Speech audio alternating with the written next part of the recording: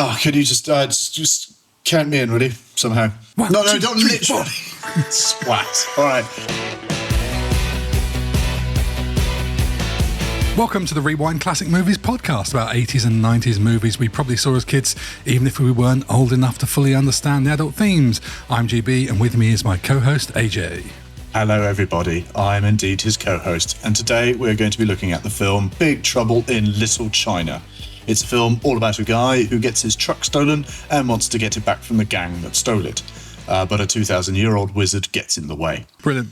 Directed by John Carpenter, who always wanted to make a martial arts movie, and released in 1986, Big Trouble in Little China cost around $25 million and was expected to be the movie blockbuster of the year.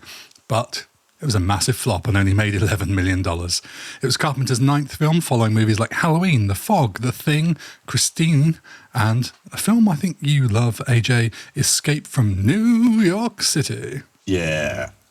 We need to do that film. Making all those films within a decade, almost. But after this, it would take him 24 years to make the other 9.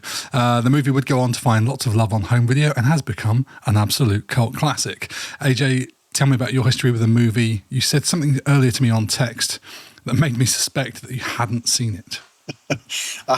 I have seen it. So I have seen this film a number of occasions. I wouldn't be able to tell you how many. I don't know, 4 or 5, because I don't know. I had it on VHS, as everybody did, I suppose. I haven't seen it since I was maybe 15. I would put a finger on something like that, maybe even earlier than that. So that's about 30 years. It's a long old time, and I realised how much I'd forgotten upon the rewatch. And how mental it really was. You know, when you sit down and actually study a film and you're looking at all the different angles and stuff, it's like, oh my. And I remember texting going, oh my God, really? What have I just watched? You know? I've totally seen this film in a different light. Yes, completely and utterly. Completely and utterly. I've now sort of rewatched it. And as a kid, I remember watching it, and it was a fun action movie. It was a bit crazy. Yeah, it was a bit funny, lovable figures and all that sort of stuff. Watching it now, it almost feels like watching Aeroplane. You know, there's so many borderline spoof elements to it. What about you? I mean, I've seen this so many times, and each time I see it, I love it more and more. Last time I watched it without having to do a podcast was probably less than a year ago. I mean, it's just something I watch semi-regularly. And this week I was watching it, and it got to the scene when they're about to go in and all the action's about to happen, and I was like, fuck yeah, let's go, boys. You know. But I think I appreciate it now more than ever. I can see so many more of the subtleties in it.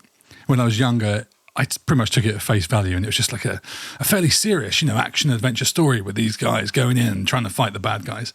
And now it's far closer to parody, but in like a deliberate and brilliant way. And Jack Burton is one of my favourite characters of all time. I think I've decided that today he's top 5. Really? That's cool. Yeah, I like that. And I want the T-shirt. I want the vest. Yes. Yeah. I've also written that in my notes. But I don't have the body to carry off the vest. This is the thing. It is iconic. It did show up. Tarantino is a fan, so it showed up in Death Proof as a little thing hanging on the wall somewhere. Is that right? Okay. I didn't know that. But let's not get distracted by Death Proof. Let's talk about Indeed. Big Trouble in Little China. Absolutely. And the start of this movie. Now, it starts with Egg Shen, I don't know, explaining what's happening to a lawyer who turns out to be Deep Throat from the X-Files. It hadn't. I thought when I started watching it, I thought, oh, it's missed a bit. I thought it skipped forward. There's no establishing shot. There's no big theatricals happening. I've clearly missed a bit, so I rewound, and it's There's 2 people talking, and they start talking over the Fox logo, the 20th Century Fox logo, which is just, it's really weird. It's like, what's going on? And I don't remember this at all. I rewound it 3 times. Yeah. I was totally confused by it. There's not even any kind of... Is there any titles in this movie? No. I think they come in eventually. Over the truck stuff, I think. Maybe. Yes, when he's driving the truck They must do. They must do. Because that truck bit happens after the talking, doesn't it? But it is really weird. This is yet another example of studio interference. This was never meant to be the start of the movie. The studio requested they put this scene in to make Jack Burton seem more heroic. But it's such a slow opening. I mean, the dialogue is like stuttering, and there's no like establishing shot or any kind of theatricals to draw you in. It's who thinks, oh yeah, we'll start the movie with 2 people sitting in a room basically doing exposition between a lawyer and a bus driver. Yeah, bus for tourists. Oh, man, it's so weird. It was. They don't ever reflect back to that, or they don't resolve the film, sitting in this room, even if they'd resolved as like, this is why they're there. And, why is Egg lawyering up? There's this, I'm your lawyer, you're going to need to explain a lot more about this. It just doesn't fit at all, and it's off to a bad start already. I mean, it sets up some elements of intrigue of what's to come, but we're already here watching the movie. We don't need a trailer to convince us to watch it. And it goes on for like 3 minutes of just basically a single shot. Then we get the original opening. We get John Carpenter's music, which is just about as 80s as it gets. It's almost like video game music. So cool. I love it. Because that's how the film should open. That's how the film should open, is him driving his truck, chewing on a sandwich, talking into the CB radio. That 80s sort of like synth rock playing, anti-hero, here he is kind of thing, Not this bollocks that started. And it's this subtle in terms of the humour and the dialogue, but it totally sets up his character as this blowhard kind of guy. And the line that he says that really makes me chuckle is, like I told my last wife, I never drive faster than I can see. And besides, it's all in the reflexes. I mean, the fact he says last wife. And it's funny because I picked up on the exact same thing. I thought it does immediately set the tone of the character. Like, you can imagine him having a few wives, because last wife, it doesn't imply that he's had just the one. It could have been a few. It's like, as I told my last wife, you do pick up on that. It's true. Yeah. And he's just talking absolute shit on his own, on the CB radio, probably to no one. It's just great dialogue and great acting. It's just letting the actor do the work in the scene, which is brilliant. But also when it cuts to the wide stuff and the night shots, they look quite intriguing, and it sort of sets up some interest of what's to come. And I think that should be the best start of the movie. That's how it should open. There's a great part where the sort of truck comes over the brow of the hill, and you just see the reveal of this truck, and it's great. It's like, I expected the truck to feature more in it. I don't remember I thought there was more truck in it. I must admit, there's not nearly enough. I thought the Pork Chop Express got a fair showing. I love trucks back then as well. 80s trucks, that and Mask. There's just not enough bang for your truck. Right, but let's talk about how this movie came to be. Originally, it was going to be an old Western movie called Chinatown Gun. I didn't know that. You didn't? So the original script was a Western set in 1899, and it was about a sharpshooting cowboy who couldn't fight, so he always gets in these kind of scrapes.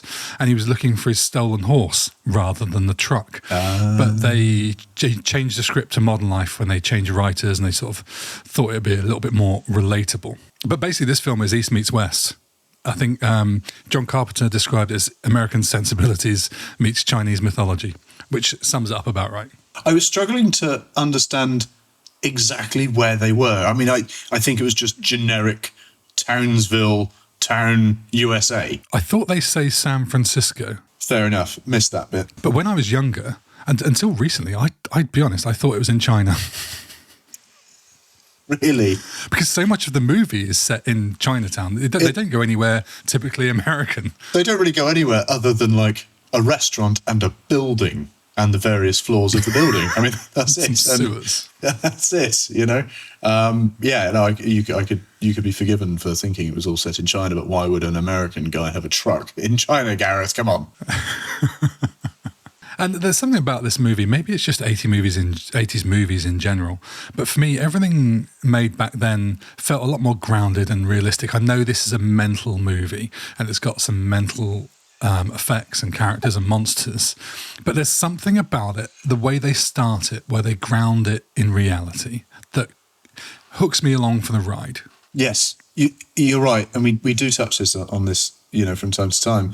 I love the beginning bit where he's gambling and it introduces the character Wang, and it's raining, there's dirt and there's boxes and there's like, I don't know, stacks of fish or whatever. It's clearly outside a market or in a market kind of thing, and they're sitting down gambling and stuff, and it's this dirt, and you can feel that it feels like a real market. It does, in that area. John Carpenter said the studio thought they were going to get an Indiana Jones movie, and you can kind of see the parallels of like the guy slightly over its head, but the studio never realised it was a comedy. I mean, does anyone sit down with the executives, right, and go, okay, this is the thing that we're going to do, and it's going to be funny? It's going to be kung fu and all the bits and pieces and stuff, but it's going to be a comedy. Do people just lie to hope they get the funding?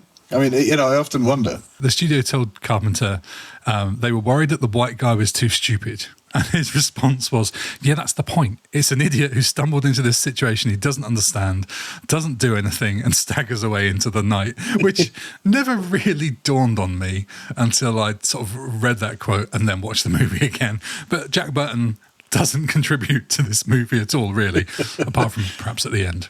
It's true. Should we talk about the characters then and the casting in general? Yes. Who would you like to start with? I'll start with Kurt I'm just Russell. having a drink from my mug. Oh, have a little drink. Oh, look at that! I look really good in us. We look really good in tuxedos. Yes, available now on our TeePublic store. I know. Kurt Russell. Kurt Russell, you say? Who is a massive fan of mine. My son was watching this film with me just now, and you said Kurt Russell's a massive fan of mine. Did I say that? Yeah. What I meant was, well, he is. I mean, me and Kurt, Thought it was a story I didn't know then. No, sadly not. Kurt Russell, I'm a big fan of Kurt Russell. Obviously, him and Carpenter worked on lots of movies beforehand, like Escape from LA or Escape from New York, or one of them, and The Thing. I think they'd done sort of 3 or 4 films before this one, so he knew him quite well. But the studio wanted names like Clint Eastwood or Jack Nicholson. Could you imagine Jack Nicholson playing this role? We're going to say these sets of names every week, I think. I think these were just the actors that every studio wanted for every movie in the 80s. In the 80s, it was just like, we want these guys. These guys are bank, But they both passed. So he got Kurt Russell, who I think the director originally wanted anyway. Yeah, I think they get on very well and have fun on set. My dad was a massive John Wayne fan, and I watched a lot of John Wayne movies as a kid because of him. And apparently Kurt Russell based this character on John Wayne. And again, now I know that it's the clearest thing. I mean, he does everything short of, get on your horse and drink up your milk, that kind of thing. Yeah. It's so John Wayne and so perfect as well. Yeah. John Carpenter said his character just gets in a lot of trouble and he does get out of it, but not the way he thinks. Yes. Yeah. Yes, absolutely. And Kurt Russell said, this movie was sort of responsible for his career, and again, not in the way he expected, purely because of the success of home video. He said without the success of home video, he didn't think he'd have a career. Yeah. But I love the quote from Jack Burton in this, which says, "I'm a reasonable guy. I've just experienced some very unreasonable things," which is a summary of the movie again, really. That's true. Dennis Dunn, who plays Wang, they originally wanted, this is another dream casting scenario, they originally wanted Jackie Chan, or at least he was considered. But even now, I'm not sure his English is great. And I don't think he was a household name at the time. I heard some stuff with John Carpenter saying that, martial arts stuff wasn't massively mainstream in America at the time. But I'm thinking this is like 1985 when they're sort of producing this. I'm pretty sure like Bruce Lee movies were like 10 years before that. But anyway, they wanted Jackie Chan. But Jackie Chan would have been hilarious and would have worked extremely well. Like you said, he wasn't a household name at the time. But if he had got the role, it would have been superb. It would have been an absolute astonishing blend between those two. And, his English, you're right, his English wasn't great, but it still hasn't been great. But I think that's what makes Jackie Chan Jackie Chan. Dennis Dunn, I don't think I've seen him in anything since, I must admit. No, apparently he's doing all right. He's got a wife and a kid and he's very happy, according to John Carpenter, who told that to Kurt Russell in the behind-the-scenes recording of the commentary in the 90s, I think. Do I look really blurry? Oh, shit, yeah, look, I clicked on my face and it's brought it back in. I don't know how long it was out for, but there you go. Well, about 23 minutes. Yeah. I don't know that Jackie Chan being in this movie would have made it worse and been too much of a focus on him and the martial arts, where Dennis Dunn seems like a real character. Yeah, I'll give you that. That's a fair point. It would have been about Jackie Chan's martial arts, wouldn't it? Because you only watch Jackie Chan films for Jackie Chan doing his thing and doing all the crazy stuff he does. It would have made it more about that. Yeah, you're right. And James Hong. Yes. who is brilliant as Lopan. I think he's one of the greatest villains in movie history, and largely because of his character and backstory they've built up. But James Hong's portrayal of him is excellent. One of my favourite things that I heard about him was, I mean, he's this big scary dude, right? And yet, in reality, he had to wear 12-inch platform shoes. And the shot where he's coming down like this escalator thing as if by magic, apparently he feared for his life. I love that. I do love that escalator. It's quite clearly, you know, in that cave at the bottom, and they're quite clearly descending on this like stone carved escalator. It's really weird. James Hong is he's in so many things. When he's in Wayne's World, for example, or in Wayne's World 2 or one of the, he crops up in so many films. He's that face. It's like, it's him. It seems that when you need a sort of an older Chinese gentleman in a film, we'll get James Hong in. He'll do it. Even if the guy's 40 years older than he actually is, you know. Yeah, absolutely. We talked about him in Blade Runner. Yeah, he played an old Asian guy in Blade Runner. Yeah, that was about 120 years old when he was about 40. He does crop up everywhere, and he's been cropping up in films since the 50s. It's amazing how big a career he's had. It's incredible. In this movie alone, I think he plays about 5 different ages of Lopan. You know, you see him as really old, decrepit Lopan. You see him as like spiritual Lopan. You see him just standing on the street as a little, almost like a cameo. Yeah. Really interesting what they did with the makeup. It's great. Yeah. He actually, born in the US to immigrant parents, he went back to Hong Kong for his education for a while and then moved back to the States and actually served in the US military and was a sergeant or a master sergeant in the US military, was drafted to Korea.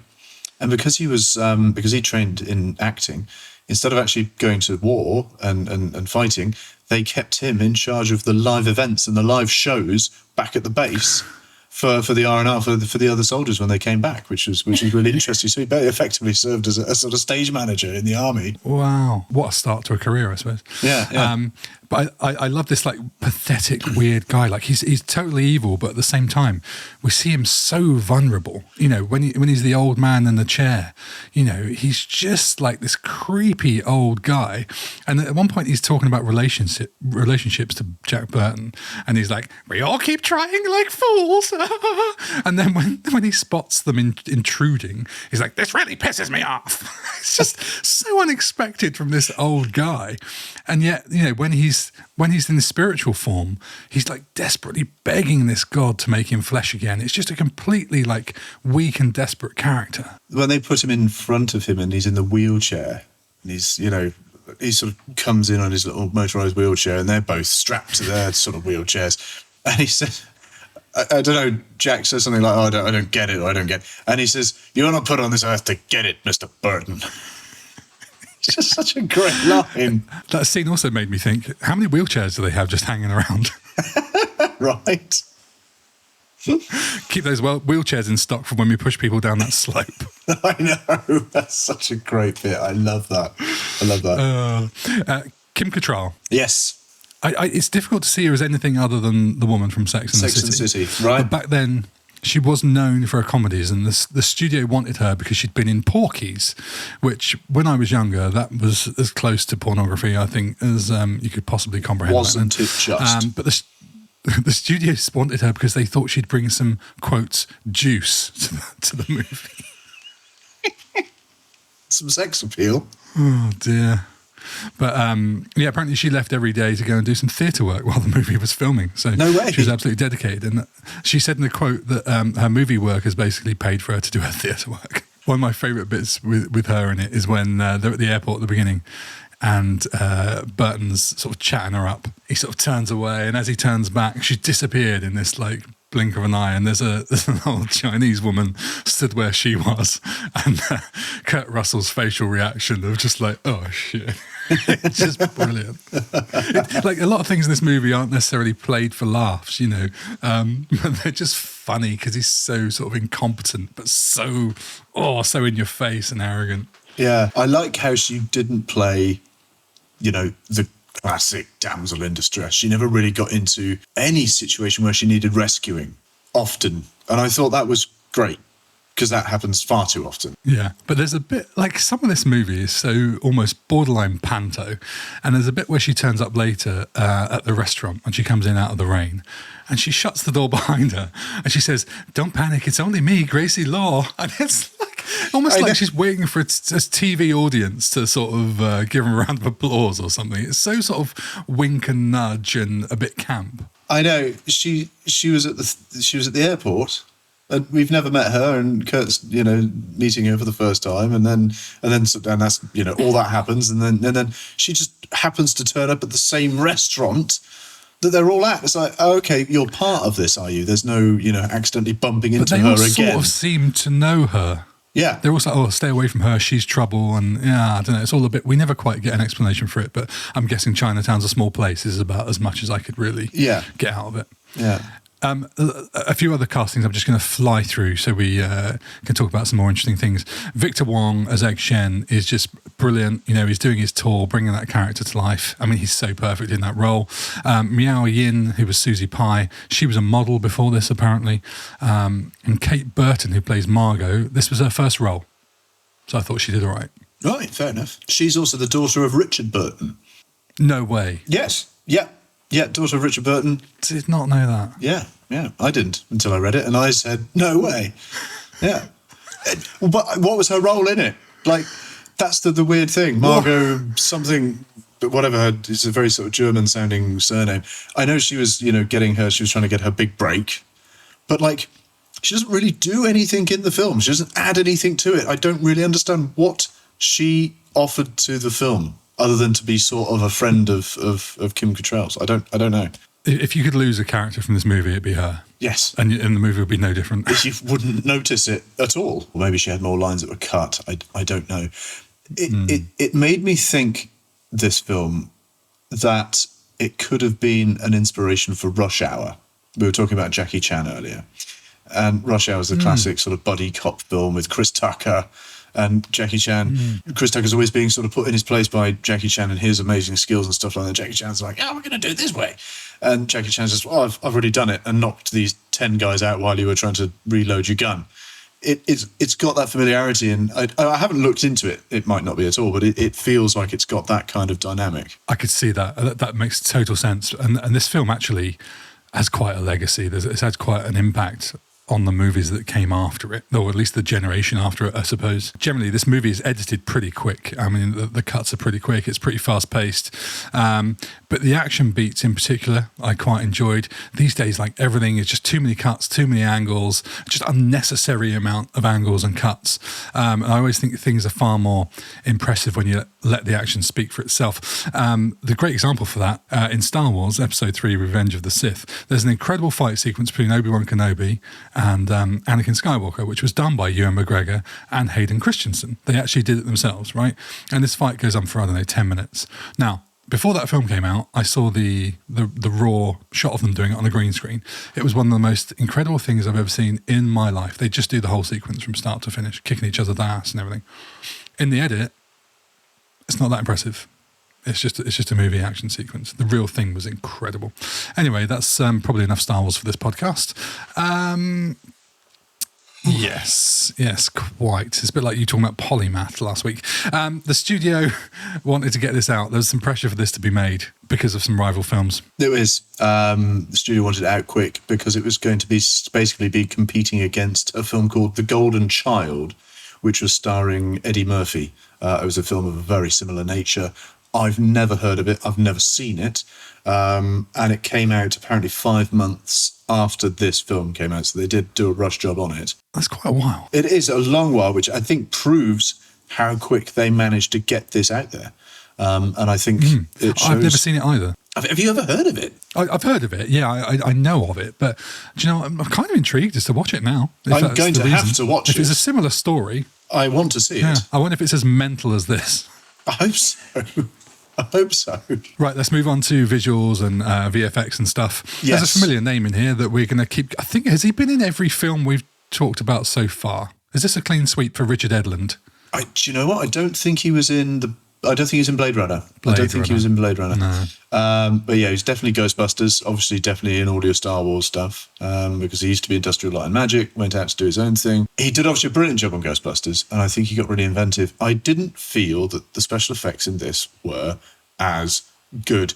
There was, all right, you got all the lightning bits and pieces and the guy, but it just felt like it could be more, as, you know, when he opens up his mouth and Lopan's going, oh, and it's coming out of his eyes. It just feels like, but you could have like, what, you know, why don't you have proton beams also coming out? You know what I mean? I've seen what you can do.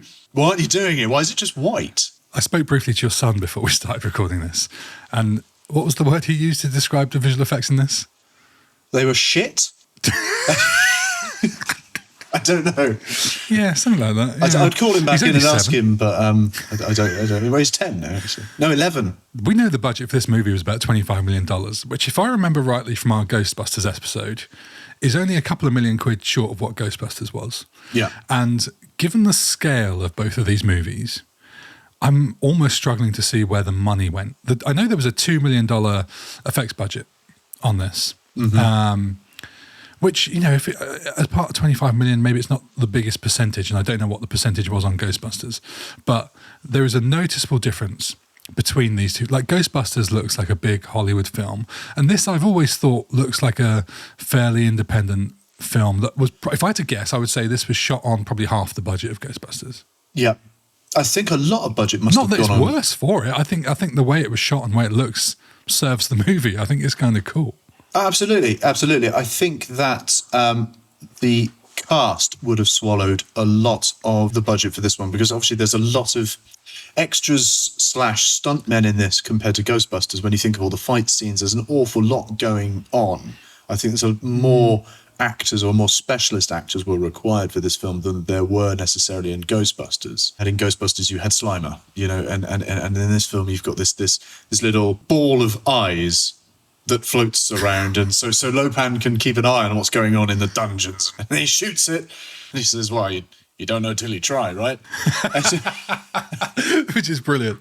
I love that. And then you've got this massive orange monster thing. It reminds me of Ludo from the Labyrinth, but like, yes, it's almost like the same bodysuit or something. Kind of like an evil Ludo, or the puffed wheat monster. You know, what's the puffed wheat monster? I don't know. Do you remember puffed wheat? You know, puffed the oh, breakfast. You mean what, honey monster? Is that the honey monster? Yeah, the kind of the honey monster. Yeah. Oh, it's got that kind of hairy. That's Scooby Doo, but you know what I'm getting at here.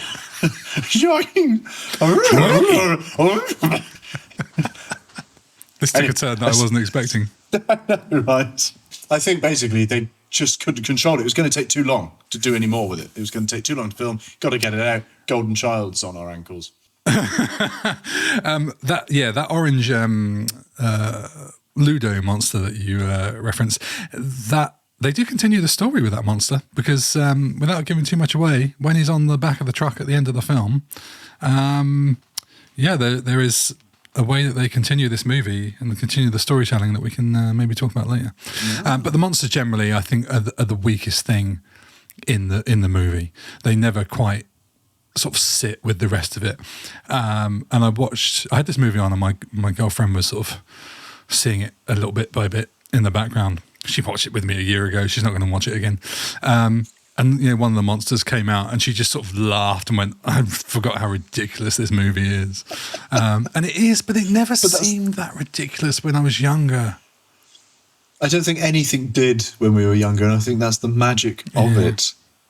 And I think also you and I do look at things with a critical eye anyway, because we like films, we like making our films, we're into all that sort of stuff. So we do look at it, sadly, from the eyes of filmmakers.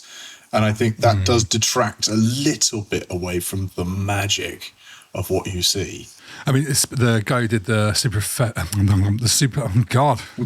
try again. Special effects supervisor, Steve Johnson, say that 5 times quickly, who worked on Ghostbusters, right? So he's done challenging and incredible stuff. He said it was the most difficult thing he was ever asked to create, that Guardian thing with all the eyes. Really? And I wonder why. Like, when you've done Slimer and stuff like that, I don't know. But yeah, it didn't quite work, did it? No. If you're enjoying this rewind episode, then make sure to check out the very next Fast Forward episode a week later, where IGB look at everything that happened after these iconic movies came out, from sequels and prequels to shorts, comics and video games. Right, back to the chat. Shall we move on to music and stuff like that? Carpenter, obviously, brilliant. You know, he famously does all of his own scores. Bar just a couple of his films, I think he's done almost every one of them. He's really into his music. His mum was a music professor, so it's not surprising that he was, obviously very musically talented. The way this movie starts and the way the movie ends in terms of music are polar opposites. Absolutely. The way his 80s synth rock stuff kicks in at the beginning is brilliant. Absolutely perfect. Absolutely love it. Gets me on board. The way it finishes with the title song of the same name that his own band plays, absolute dog shit. It was awful. I watched the credits for about 30 seconds and thought, no, that's all I need to see. Yeah. Thank you very much. I'm done now. Yeah. It's when you hear him singing, he goes, "Big trouble," and you're just going, "Don't say in Little China." And it is. It's like, you went there. No. Sorry. Yeah. No, it is. And it's a real shame. We don't need a song called Big Trouble in Little China. But maybe, I mean, maybe he's trying to cash in on the Ghostbusters thing. Maybe, maybe it could have been a big thing. You never know, do you? But the title theme, called Pork Chop Express, was partially inspired by the temp score, which they used, Just Got Paid by ZZ Top for that opening scene. Really? Didn't know that. Which makes you want to go and listen to ZZ Top. Love ZZ Top. I don't have too much more to say about the music, I'll be honest. I mean, I kind of feel like it's pretty perfect throughout. It's a nice blend of 80s synthy rock and Chinese music, which is, as a Westerner, is an awkward thing to say. It's true. But you know what I'm saying? It's got an Oriental vibe, and I'm probably saying all the wrong words. It does. No, it does have the Oriental vibe. It's got all the right music in all the right places. I did think halfway through, God, I'm not listening to the music. And that's one thing I did notice is I wasn't actually paying attention to the music at all. So, I mean, it's there. I didn't go, well, this is mental. And I didn't go, God, this is amazing either. I guess it just worked with the film. Otherwise, it would have stuck out for me. I think that means it's perfect, really. Yeah. If you sort of don't notice it and it just supports what's going on, I think that's pretty damn good. Mm-hmm. We'll move on. There's a couple of things we both want to talk about, I'm sure. Yeah, the please. first thing I want to talk about is, both at the same time, how the hell was this movie a flop? And at the same time, this movie was going to be a flop. It's one of those, isn't it? Yeah. I mean, Kurt Russell was disappointed by what he says was the studio not knowing how to market such a mix of genres. And then at one point during the edit, the studio demanded they take out everything funny.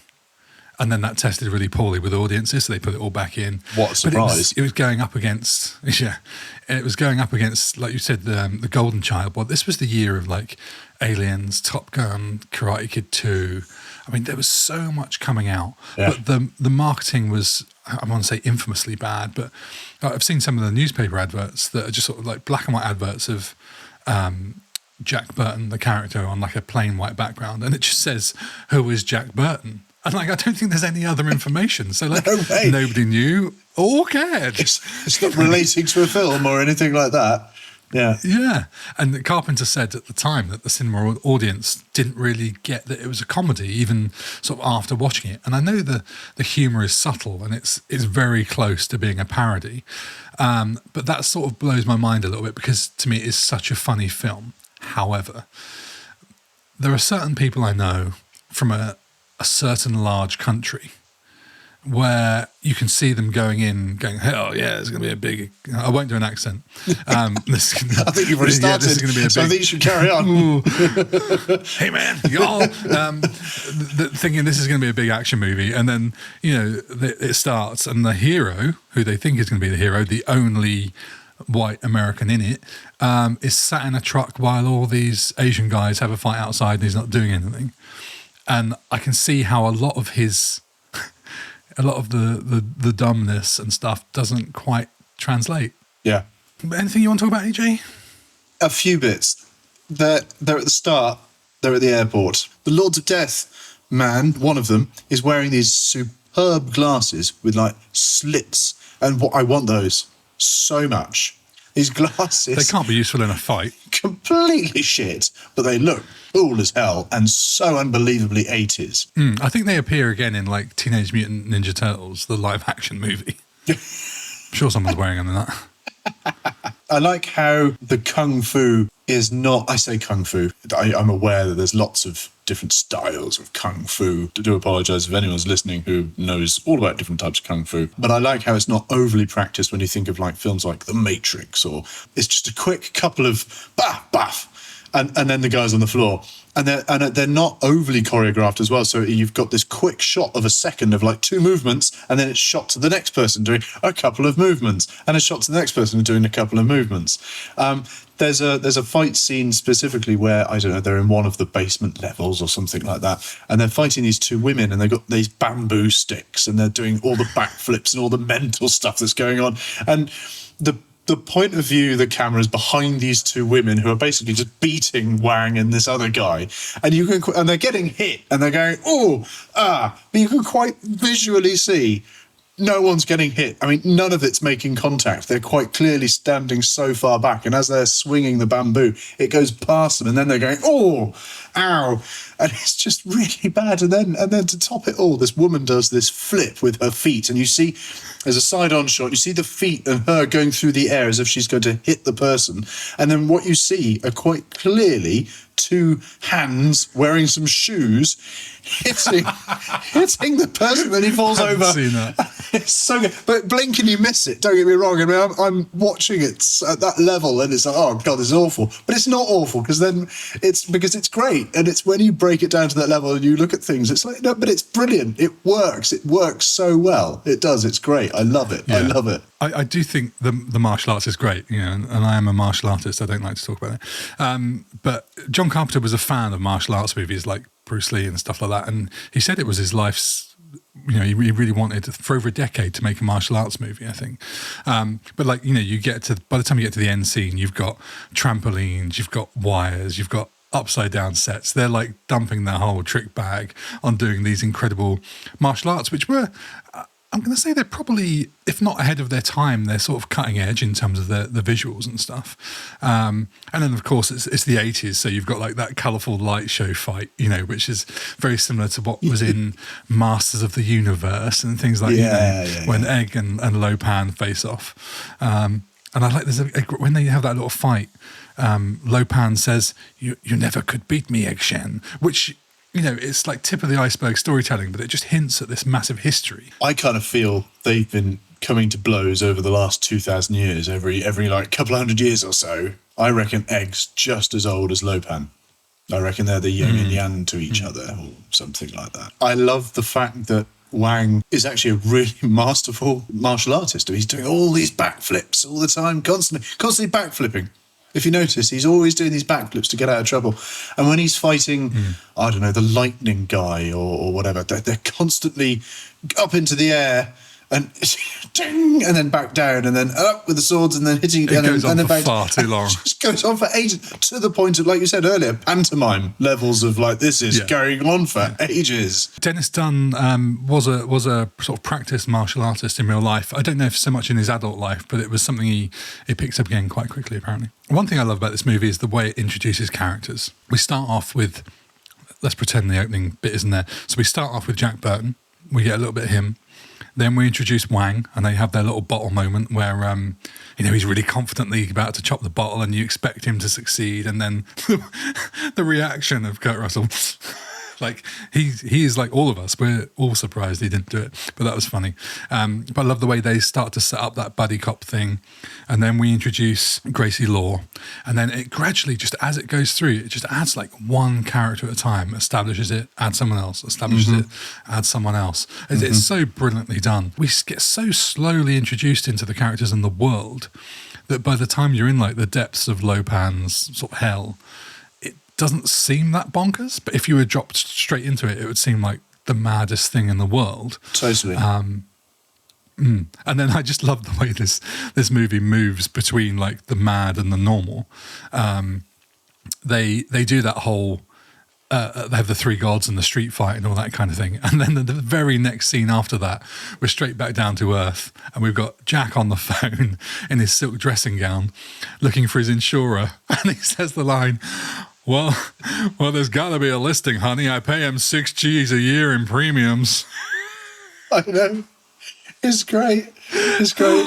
And then Kim Cattrall turns up and like, I'm here.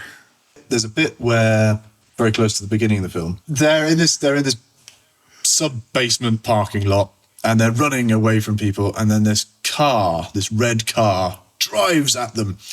It's such a bad shot because there's obviously a camera on the bonnet, and I think they've got like 2 models or something, or two dummies mocked up, and the camera cuts literally just before they get to these 2 models, and then it cuts away to, I don't know, I think it's Wang jumping on Jack, and like, right, we need to get out of the way of this car, but it's so bad because you can quite clearly see that there's no way that the car, they would have been able to do that movement with how close the car was to these models. Shall I tell you how they did it? Oh, do you know? Yeah. Oh, please tell me, because I do love that bit. It's horrific. It was a reverse shot. It was a reverse shot.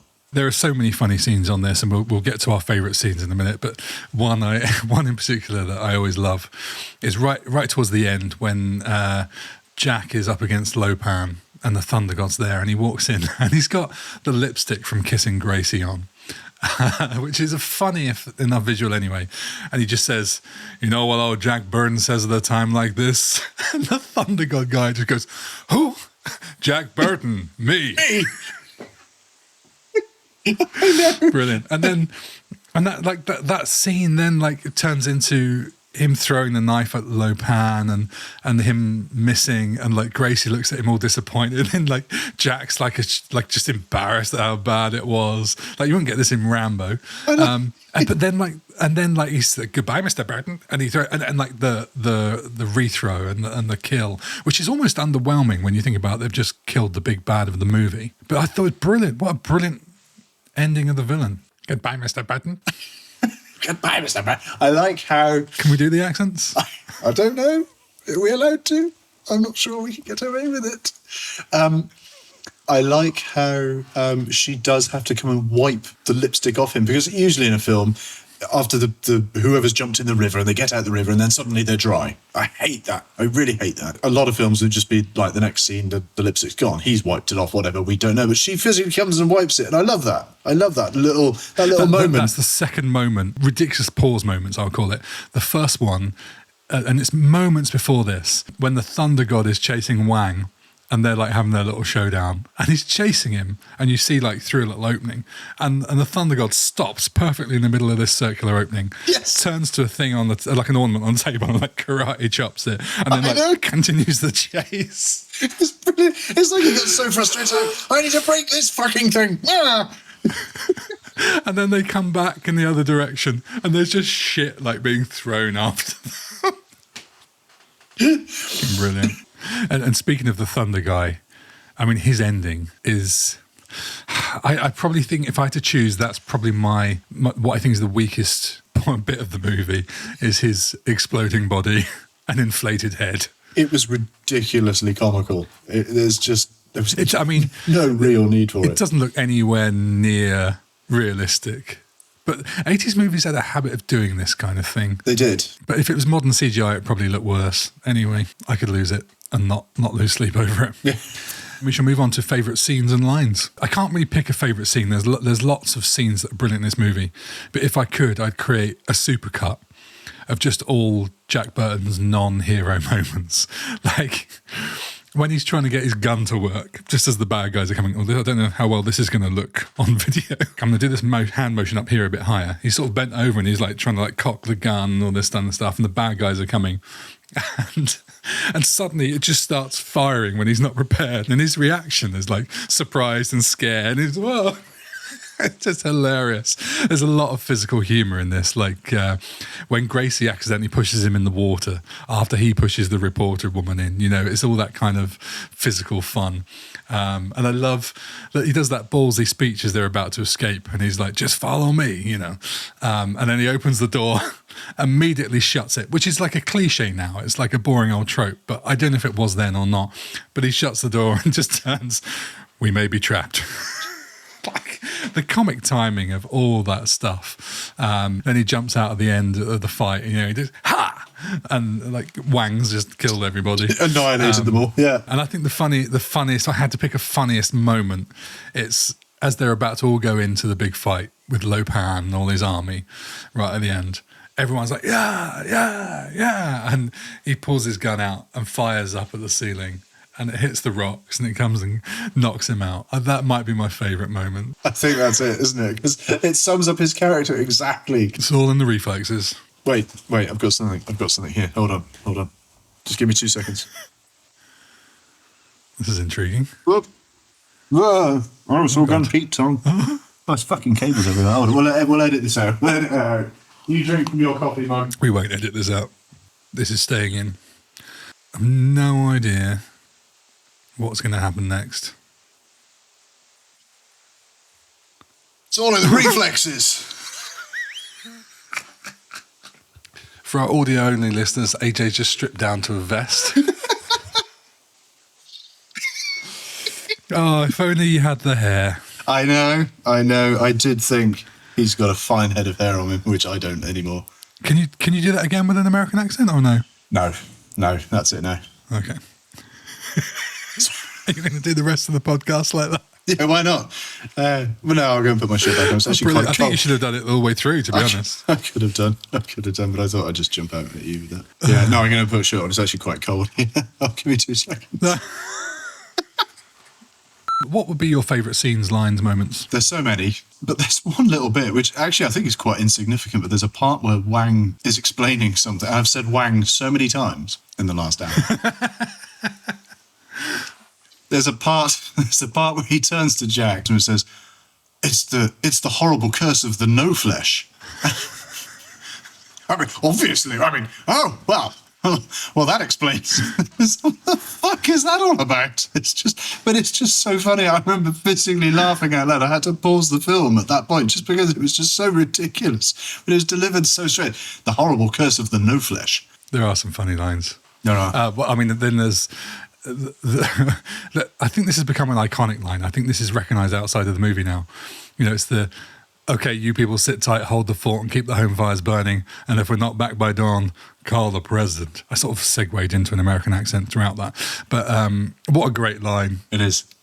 Trivia and deleted scenes. In the brothel scene where he goes to try and investigate Mao Yin's kidnapping, he's sort of playing, he's like hot and nervous and sweaty, when in fact in real life he actually had a fever and was visibly sweating. I didn't know that. He was sort of a bit method for that. But I thought he was brilliant in that scene as well, and I don't know how much credit Kurt Russell gets as an actor.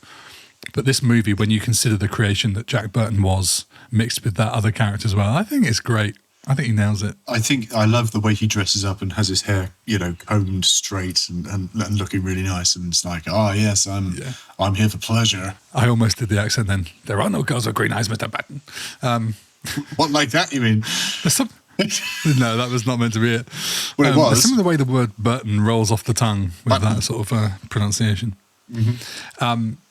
There is a comic book which is co-written by John Carpenter, which carries on the story literally from the moment the film ends. So the comic book takes up with that Ludo monster on the back of the truck, and it goes on another adventure. I have this comic book. I've started reading it.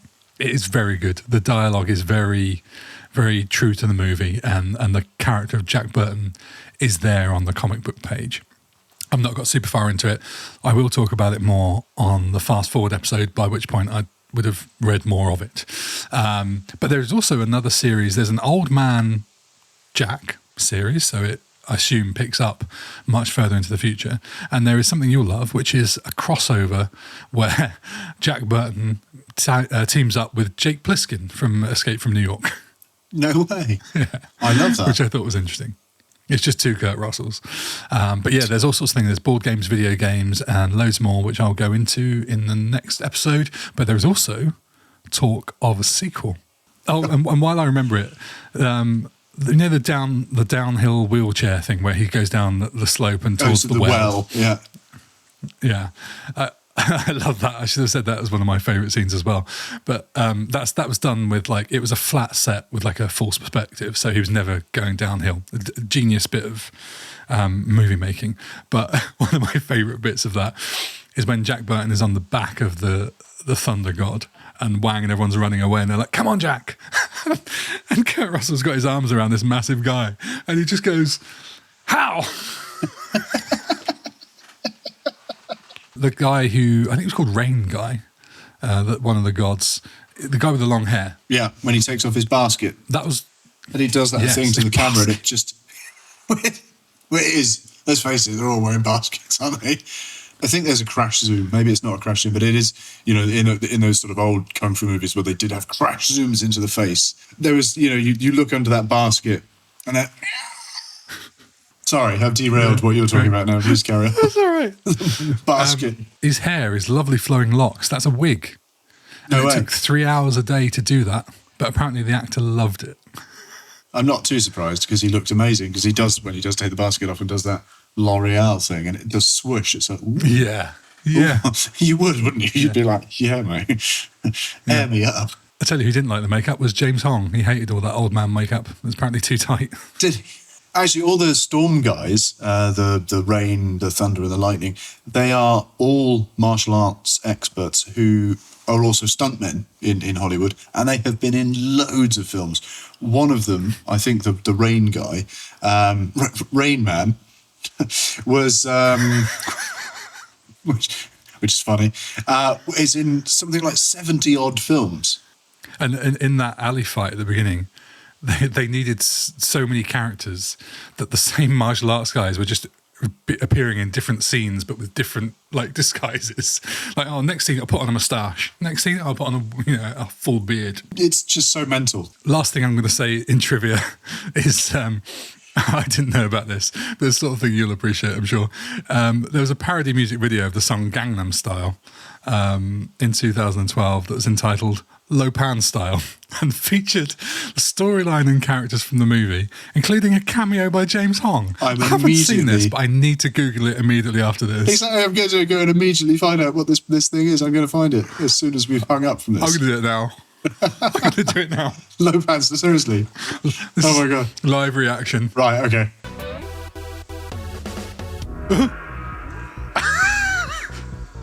Oh God. Oh my God. Right. Oh, they're actually wearing baskets. That's made my day. Low pants style. In terms of our section, we've paused it now, right? We're moving on. Yes. Deleted scenes. I'm just going to say this. There are some sort of, they're not really, I have the Blu-ray and I also just paid for the iTunes version that had some special features because it was basically the same because I can't really use my Blu-ray player anymore. Long story, boring story. So there are sort of some extra bits that go with scenes, but they're not really very exciting. So I'm not really going to talk about them. Fair enough. I think they left all the shit in, to be honest. Yeah, there's some bits that they should have taken out, but didn't. Time to rank it then. Yes. Where does this go? So let's recap. I gave Blade Runner a C and I gave Ghostbusters an S. You gave Blade Runner an A. And Ghostbusters a B. B. Okay, so that's like our context of where we're at. Do you want to go first? I haven't made my mind up yet. No, me neither. Are you all right? I've been struggling because I've been thinking about this. A. I'm going to give it an A. Because I'm going to go A as well. It's bonkers. It's funny. It's not even vaguely polished. The SFX wasn't the best, but it was just fun. It's fun and it's really silly. And it's just like, what the hell have I just watched? What is this? It's nuts. And I could easily watch it again in a month if I needed to. It is so much fun. Whoa. I believe when we talk about Ghostbusters, Blade Runner. When we talked about Blade Runner, you gave it an A. Yeah. You said you can't give it an S because you don't want to watch it again and again. Yeah, so that is the criteria.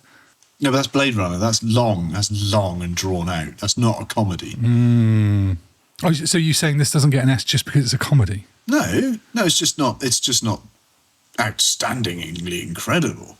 I mean, I agree with you. I'm going A as well. I just want to make sure that your criteria is clear. I mean, I might And there's make not some sort of criteria up as favouritism. I just make it up as I fucking go along. I mean, I might think it's a B tomorrow, you know? I think... This is the first movie we'd agreed on. Fair play.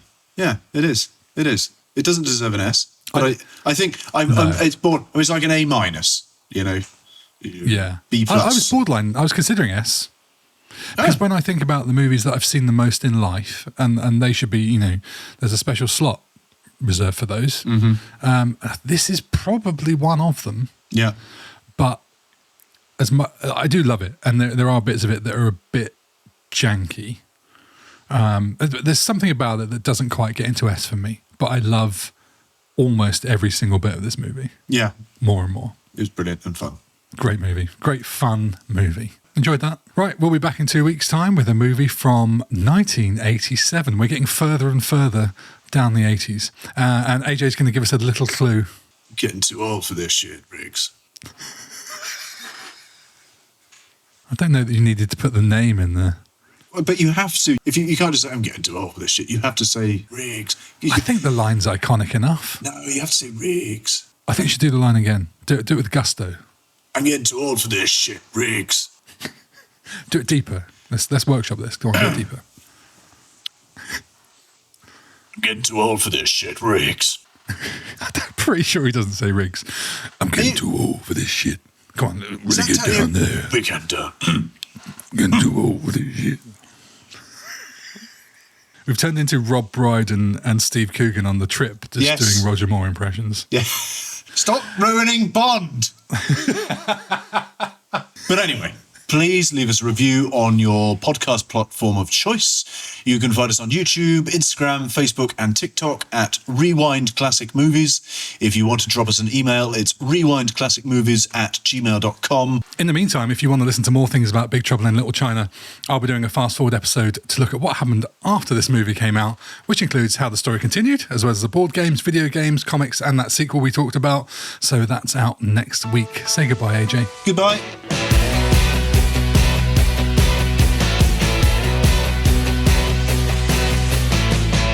I'm getting too old for this shit, Riggs.